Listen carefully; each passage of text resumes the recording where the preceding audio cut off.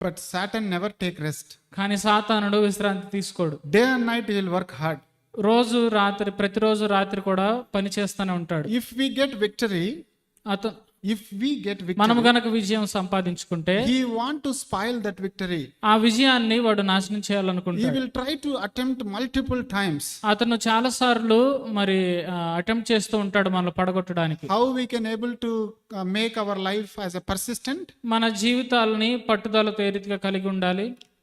If we continuously focus on what God has given for us, దేవుడు మన కొరకు ఏదైతే ఉంచాడో దాని మీద ఏకాగ్రత కలిగి ఉంటే then we can able to see many victories in our life. అప్పుడు మన జీవితాల్లో అనేక విజయాలు చూడగలుగుతాం. Many times we neglect our life. చాలా సార్లు మన జీవితాన్ని నిర్లక్ష్యంగా ఉంటాం. That is the reason we see sometimes up and downs in our life. ఆ కారణం చేత మన జీవితాల్లో కొన్నిసార్లు ఎత్తు లోతుల్లోకి వెళ్తూ So ఉంటాం. our biggest enemy is Satan.